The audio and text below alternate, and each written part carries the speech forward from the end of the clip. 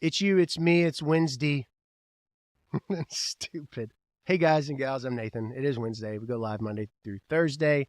Thanks for being here on YouTube or Facebook, wherever it is. Be sure to follow me, subscribe, all that fun stuff. We're talking about haunted water of the world, like haunted waters. Really?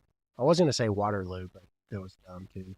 But I think that, anyway, we're going to dive right in. Stupid. Dive right in. Lower Yellowstone Falls in Wyoming. Wyoming is the least populated state in the country, the United States of America. And by the way, also, I had a wreck in Wyoming. I was with Brian and Dallas and Jay Bro and Brent. We flipped a 15-passenger van. True story. True story. Okay. In Wyoming, waterfalls, beautiful, terrifying.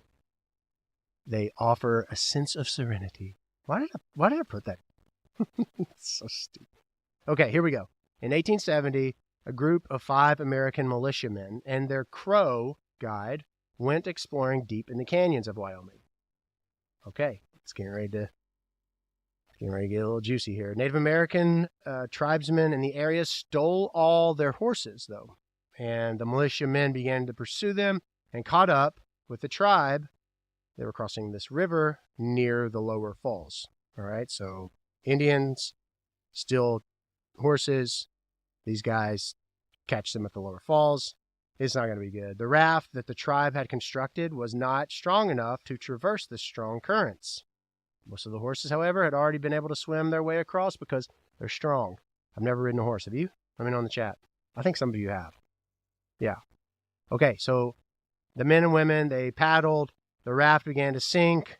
You see what's going to happen.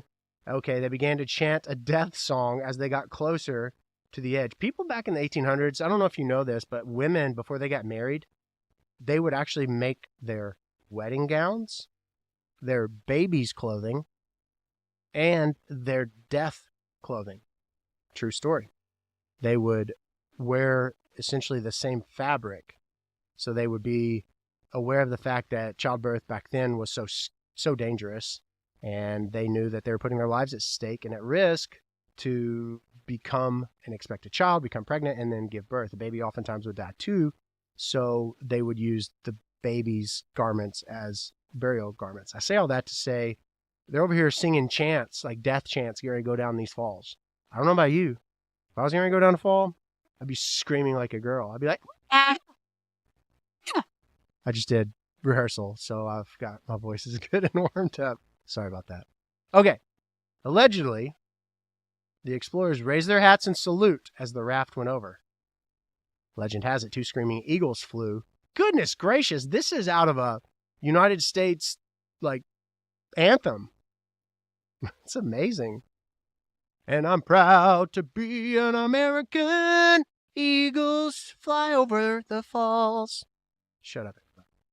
All right, so they basically say that now you can hear this death chant if you're in this area next to the falls. That's pretty much what I'm getting. Because of what had happened, what transpired, Native Americans steal horses. Horses get away and they're swimming across. Native Americans boat, death chant. The guys and gals salute the Indians as they fall to their deaths. Let me know in the chat. Have you ever been to Wyoming or Yellowstone area? Speaking of, also let me know in the chat. Are you a Yellowstone fan? Are you glad Kevin Costner's back? Women. Well, men too. But marriage or relationship. People. There we go. Hey, we interrupt this program. Last time is number 21 at Billboard. And I would say thanks for 150,000 streams, but I think we're almost at 200,000 streams. So thanks for sharing it. Thanks for streaming it. I appreciate it. I really do. Okay. We're going to White Rock Lake in Dallas, Texas. Dallas, Texas. Also, did you know, not just because of the well, probably not, but Dallas and Houston, you guys show up. A lot of fans in Dallas and Houston. Thank you. So White Rock Lake began operation in 1911. Interesting. So it was this place that you can go and hike and bike and walk, and that's hiking. But it was this place to get out into the outdoors.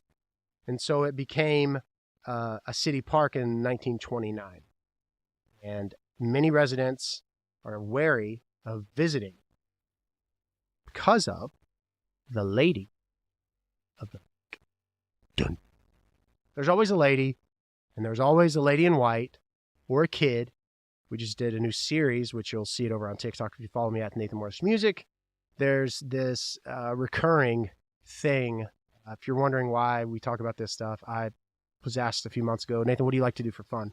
And I love podcasts. I love crime podcasts. I love the unknown. And that would be like the paranormal. And human beings, we always want to know why. We want to answer that. Why? And so this whole idea of a paranormal or the unexplained is intriguing to me. Just like the lady in white. And why is there a lady in white? Why is there always a kid? Now there are monks everywhere. Well, just follow me on TikTok and you'll know what I'm talking about. All right, so the lady goes back as far as the 1930s. And the first account was made in 1953 by Guy Malloy. And he's the director of displays for Neiman Marcus. You know, like the store. They still have stores? He reported giving a ride near the lake to a young girl dressed in one of his, like, Neiman Marcus outfits, who claimed to have been in a car accident with her boyfriend. Malloy gave her this raincoat, but once they went to the address she provided, she disappeared. Since that claim, many more would go on to say that they also picked up this lady. Could you imagine? Let's just halt. Let's talk about picking up a deceased person. Like the deceased loved one that I know, being in the funeral profession, and I've seen a number of. You've probably been to a number of visitations. It's like when someone's dead, is it that image? Is it actually them in human form? Obviously, if this guy, and it was right, I don't know. What are your thoughts? Let me know in the chat. But could you imagine just like hanging out with your buddy and all of a sudden they just kind of go, they're gone. I would think I was on like shrooms or something. I don't know. What would you do? Let me know. What would you do? Okay. There's other people that have said this. Their stories differ though. Of course, sometimes she wears a nightgown, other times a wedding dress. They also give several different versions of her death, such as a boating accident, a suicide, or a murder-suicide. What they do not differ on is the actual ride, that she asks for a ride. She will often stand on the road near White Rock Lake. And then she prefers the back seat, kind of like an Uber, because her dress is wet. She does not speak again, crying through most of the ride. This is, creepy. I mean, like, how possible is this? I mean, if you're just tuning in, we're talking about haunted bodies of water, specifically in the United States so far. And there are other stories surrounding like other tragic events in other places, landmarks, etc. And people, whether it be a taxi driver or in this instance in the 30s and more accounts where they say they've picked up someone and they've literally, poof, gone. And the story is similar. Obviously the clothes change. But like, what are your thoughts on that? Do you think this is legit? Still intriguing though, right? It's kind of like Santa Claus. He's not. He is real though. She stands on the road, like I said. She prefers the back seat. And as this journey comes to an end, whenever people have picked her up, the address given by the lady, she will disappear or jump out of the car. I don't know which one's better. I mean, it's like, hello? Those who contact the owners of the house will learn that she is a spitting image for a previous owner who drowned years before. And there is actually a tour that offers monthly tours where participants can learn about this lady and actually search out for her presence. Don't ever sign me up. If you want to get me anything for my birthday, this would be the thing that you don't put on the list. It's just not something. Would you go on would you like a tour, like a ghost tour as a birthday present? Here, I got you a ladle. Okay. What's happened to this channel? Speaking of, thanks for all the support on YouTube. I mean, halt. I got a big announcement. This is dumb. What am I talking about? 57 point something billion minutes of Suits, the show on Netflix, have been streamed in 2023 from June or July to the end of the year. And yours truly covered the song Greenback Boogie. It is at radio. It went to radio today at 11 o'clock Eastern. and radio is playing it. So whether you tweet or Instagram or call, I don't know what you do with radio stations, but let them know you want to hear Greenback Boogie and watch for the release. Pre-saving link will be available to you very soon, but it's at radio now. Do you like this show, Suits? I didn't think I was going to be able to get the song, like to sell it. I heard the song. I was like, yeah, but my voice, I'm like, I'm pop. I don't think I can do this. I enjoyed it. It was really good, and I'm proud of it.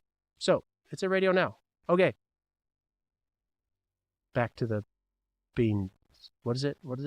Roll that beautiful bean footage. There we go. Saco River in Maine.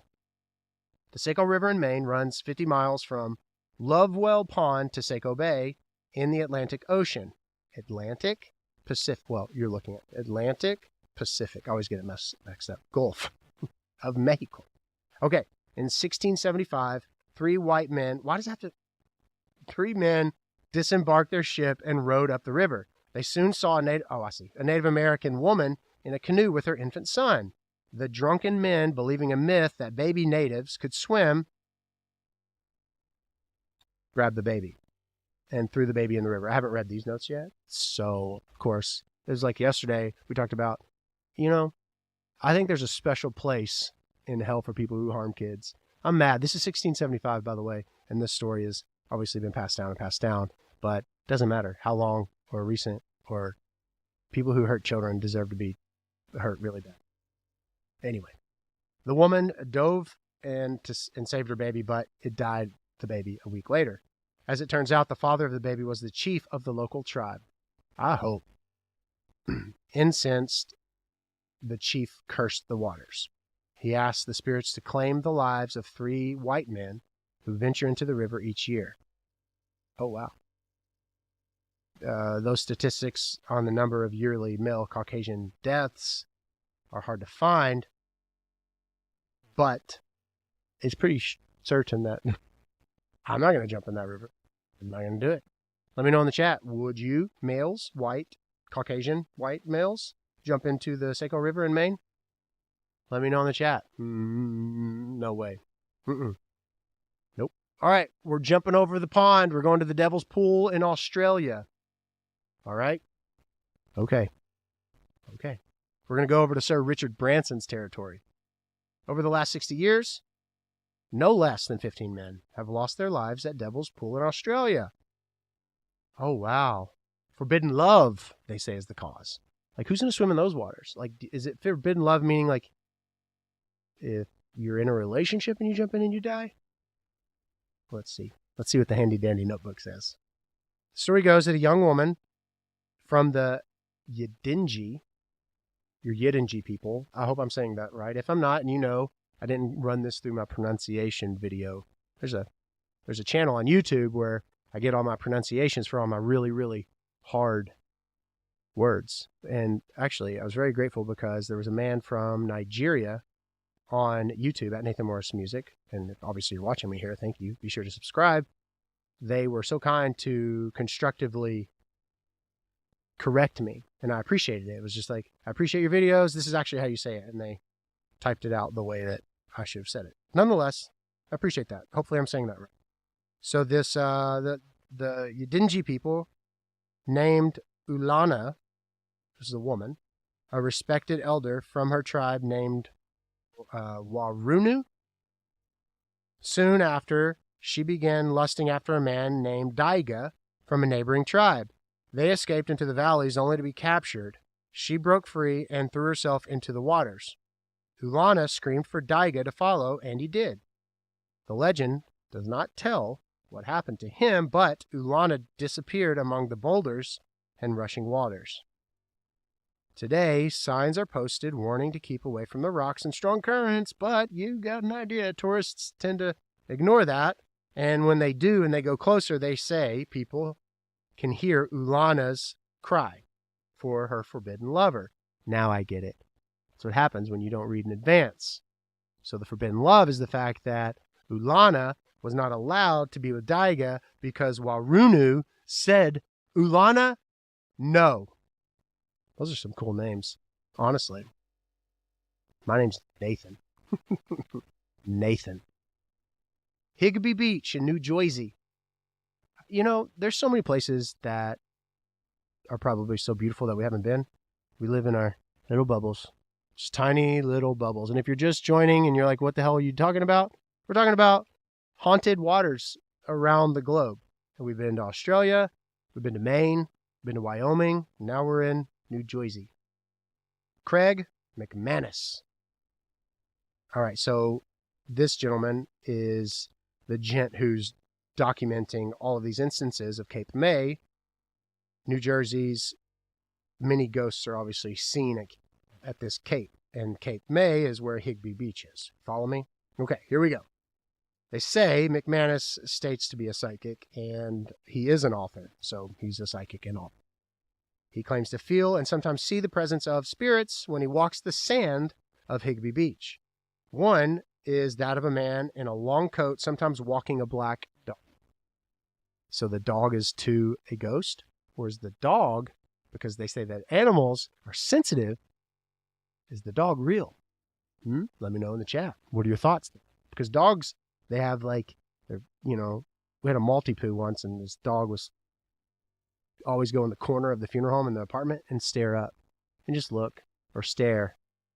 I always wondered, what is he looking at? And he was definitely looking at something, but he was not the brightest star in the sky. Anyway, let me know. Is it a ghost? Is it not?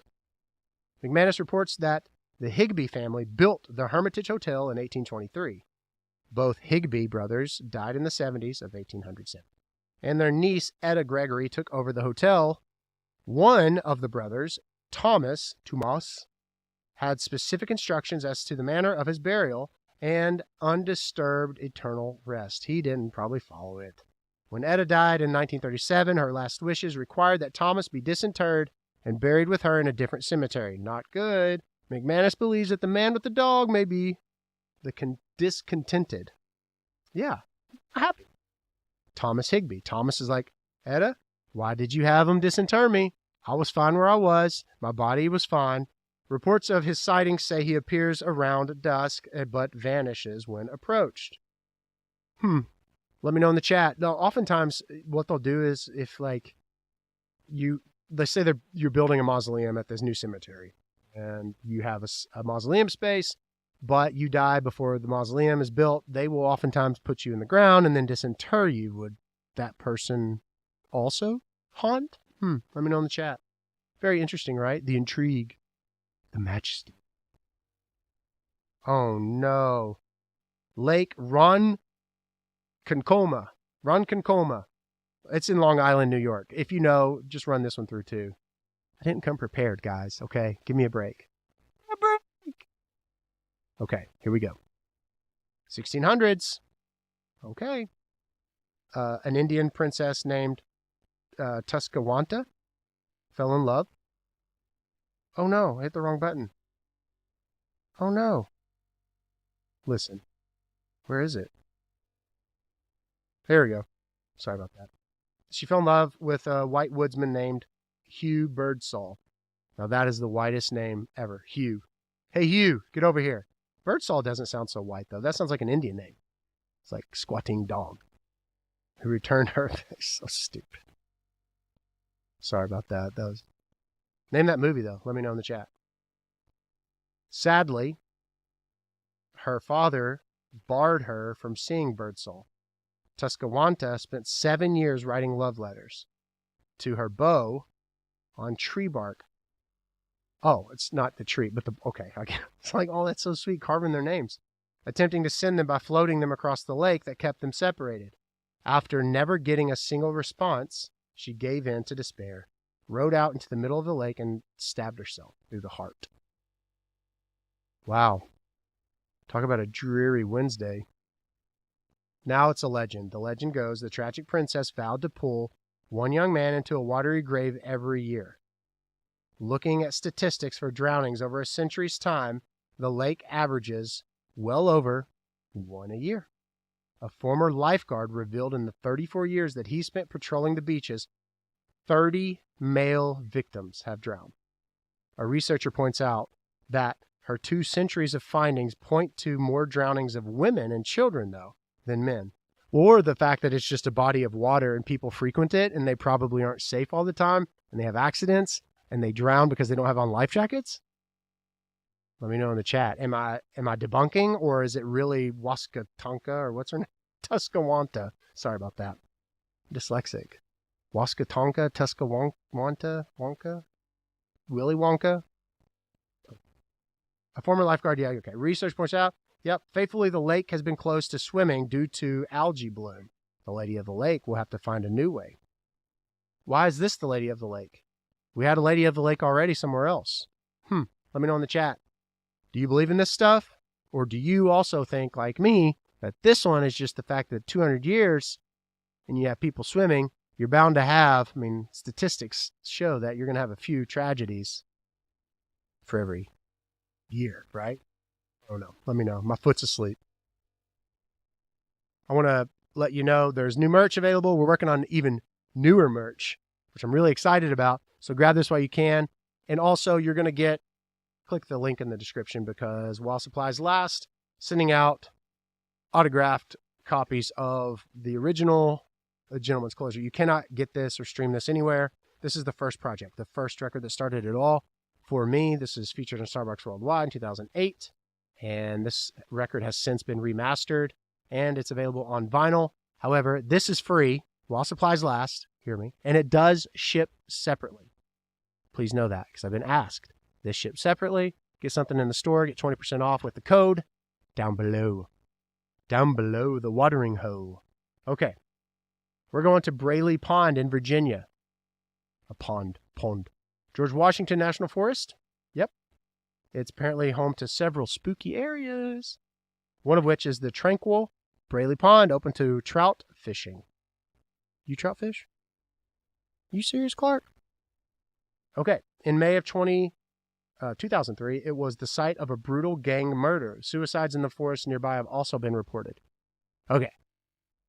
Yeah, that just sounds heavy already. So many visitors of these campgrounds, they report feelings of nausea, disorientation, and dread that come on suddenly.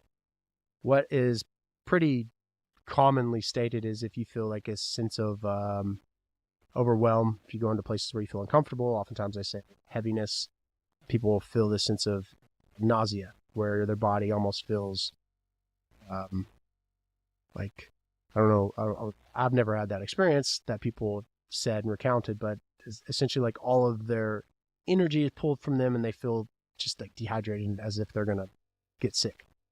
It's pretty common to hear that. So these people have these feelings, and then shadowy figures, and here we go with the children's laughter. Children's laughter has also been reported.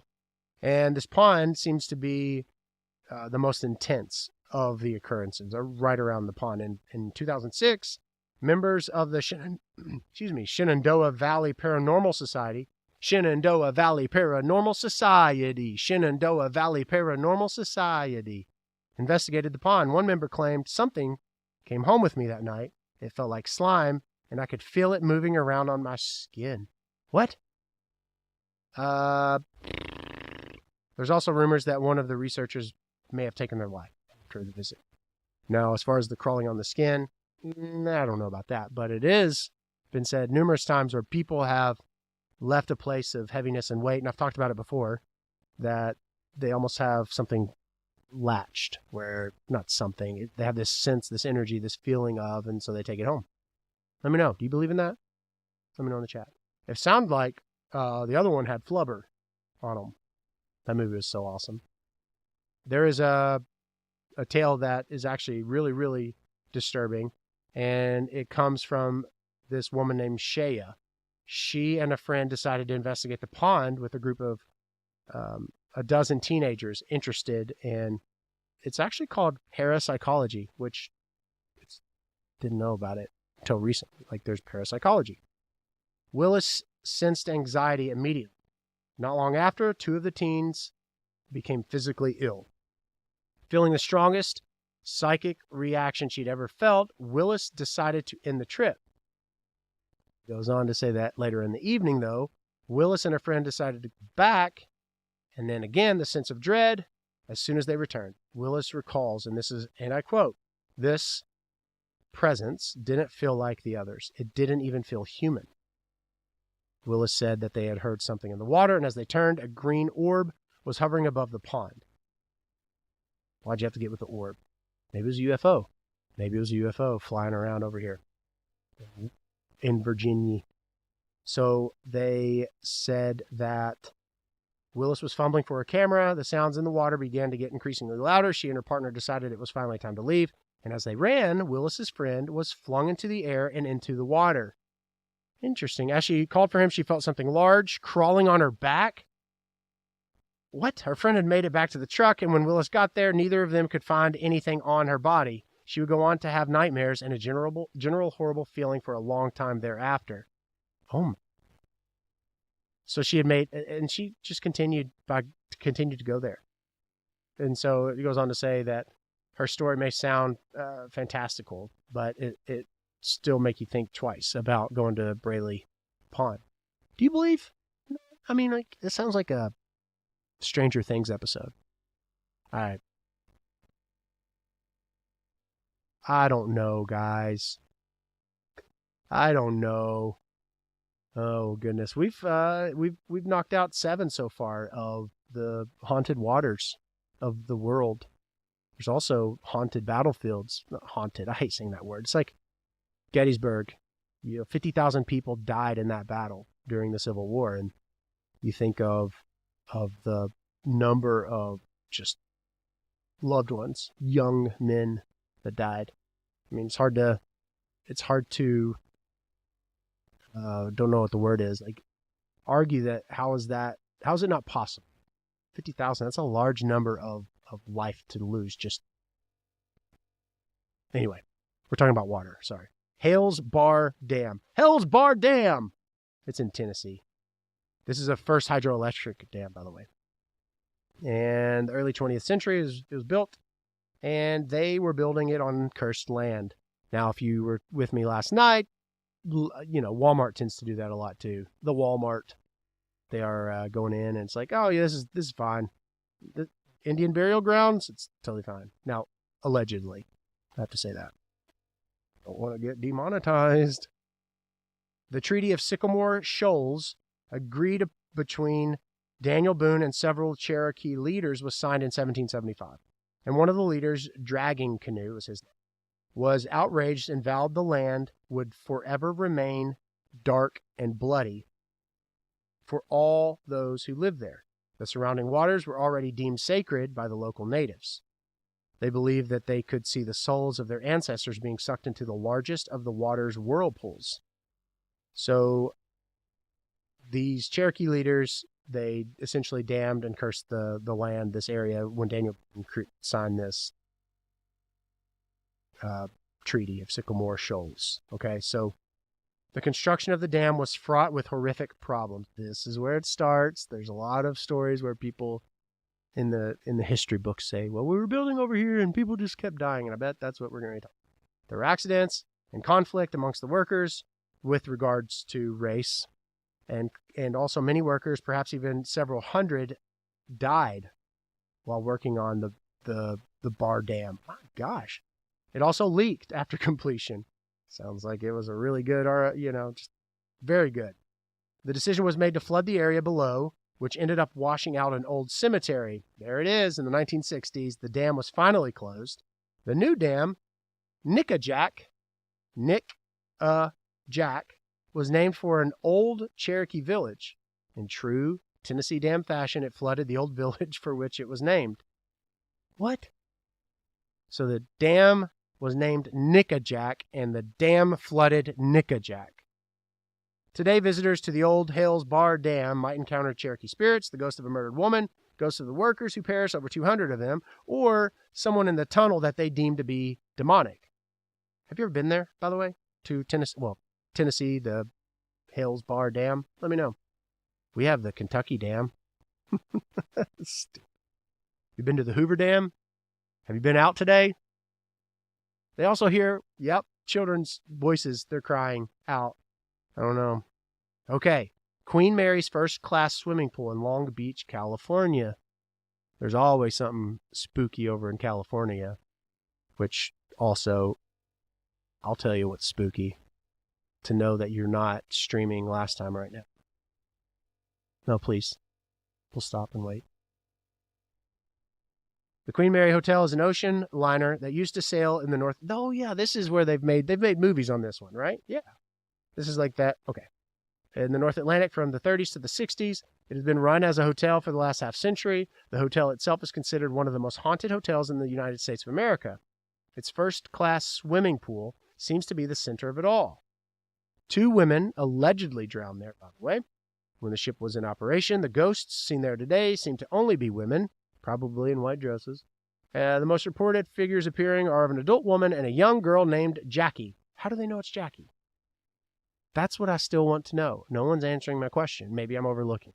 How do they name these ghosts?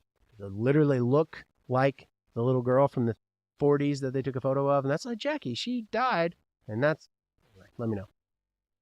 The guests also claim to see wet footprints around the edge of an empty pool. That's creeps. That's creepy. That would be creepy.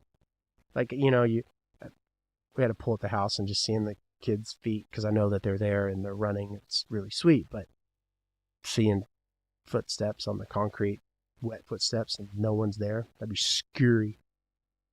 Would you stay there knowing that? Would you stay at Queen Mary, the swimming pool, hotel, shit? And last but certainly not least, on this Wednesday evening, on Haunted Waters of the World. All right, Lake Superior and our beautiful Canada, the SS Kamloops. Kayla, did I say that right? Kayla Diamond, help me. She's in Toronto producing right now. She's not paying attention. For those who have seen the haunted submarine film Below, the story actually brings about similar stories and unease. So the fall of 1927, precise, SS Kamloops was encountering trouble while on Lake Superior. The captain, is it the K-Dock? Yeah, the K-Dock? Yeah. Spotted a massive wave brewing and changed course to head to Fort William. So the warning to the Kamloops must have come too late, as it never arrived. After 3 weeks of searching in terrible winter weather, the search was actually called off. The next spring, the remains of 9 crew members and a lifeboat were found on a small island near a makeshift fire pit. The ship itself would go down as one of the ghost ships of the Great Lakes. Dozens of ships vanished without a trace. You don't think about the Great Lakes like you have the 5 Great Lakes being in the United States, and just on the other side you have obviously Canada, where we're talking about, but you don't think about the fact that there have been tragedies like this. And interesting. A half century after its sinking, the SS Kamloops was found. The near freezing temperatures at the bottom of the Lake Superior kept the vessel extraordinarily well preserved. The food was in remarkable condition. Crew cabins still looked eerily lived in. All right. So there was a diver that braved the depth and temperatures to go to the lake floor. And they began to tell a tale of a crew member who actually appeared to them below. They nicknamed him Grandpa. Hey, Gramps. Hey, Grampy, I'm just here just looking at your burial site. What would you do? Have you ever been scuba diving? I've not. I don't think I would like to. There's this sense of claustrophobia maybe also. I don't know. Let me know. So they nicknamed him Grandpa, and then they saw him lounging in a crew bunk watching them explore. So I just don't know. Was he floating a little bit? Like, was he literally lounging and not moving with the water's like ripples? Like when you're obviously floating in water, you kind of have this sense about you. Was he just like this? I don't know. Questions. These are all the questions I'm going to ask God when I get to heaven. Hey, is Grandpa at the tragedy in the Great Superior Lake Superior? God will be like, spit it out, son. Anyway, during their investigations, the most frightening stories were of Grandpa following them as they swim. He would sometimes even reach out and touch them. Okay, that's creepy. During the investigation, divers also found the remains of a fantastically preserved crew member in the engine room. What you doing crying in the engine room? The body still has its flesh, and it's icy mummification that the divers knew had to actually be Grandpa's physical body. The body would seem to follow them in much the same way as Grandpa, the not body did, but was the body. You know, are these guys just so far below that the pressure was getting to their nuggets? Let me know. They would often report seeing both in one trip, but never in the same room. The diver said that he seemed happy to just have company.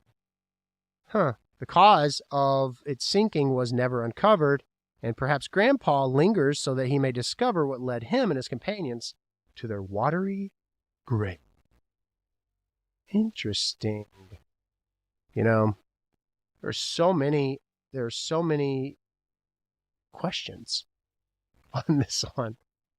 Can a guy or gal just go swimming somewhere and not have to worry about green algae or the Native Americans screaming curses to you? I don't know. Do you believe any of this? I mean, like some of it towards the beginning stories, and I'm not trying to make someone who might seem ignorant or make you feel dumb. I think it's not very plausible on a lot of this stuff. Some of the stuff that we talk about, I actually do question, and I'm like, that's quite possible. I don't know that like a monster type figure is going to jump out of. Anyway, let me know in the chat. We've talked about 10 haunted bodies of water throughout the United States, Australia, and I'm grateful for you being here tonight. I'm very excited about what's happening with Greenback Boogie. And if you haven't watched Suits, it's on Netflix, first 9 seasons. They just announced the 10th season of Suits LA. Yeah, maybe they'll use Greenback Boogie, my version. But it's at Radio Now. Call your station, tweet your station, tell your station, scream. If you're a station person, DJ, guy, gal, play it. That'd be awesome. Thanks for streaming. Thanks for buying the merch and supporting it. We're sending out limited edition autographed copies while supplies last with every purchase of merch. While supplies last, they do ship separate. And thanks for supporting the podcast, You'll Die Trying. And thanks for following me on all the socials. I'm me, you're you, your love far more than you can know. And I will see you on February the 29th. See you guys.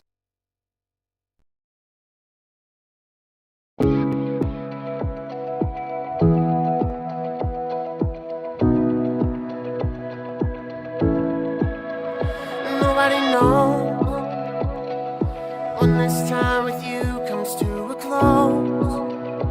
If I think about it, it brings me to tears. Am I counting down the hours or the years till I'm left without you, then disappears? All of you just leaves me empty here.